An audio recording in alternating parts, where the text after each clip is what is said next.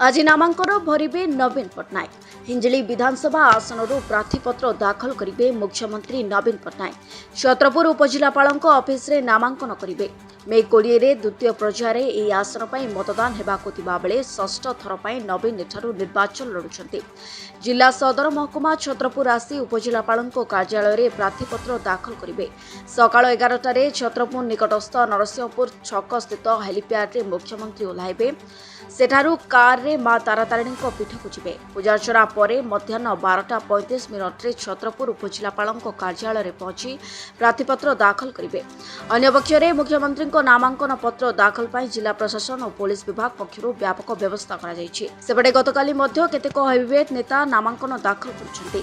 पुरी जिलापाल कार्यालय परिसर रे नामांकन दाखल बेले मुहामुही होइतिले बीजेपी और बीजेडी समर्थक। ब्यूरो रिपोर्ट विप्लवी परिक्रमा।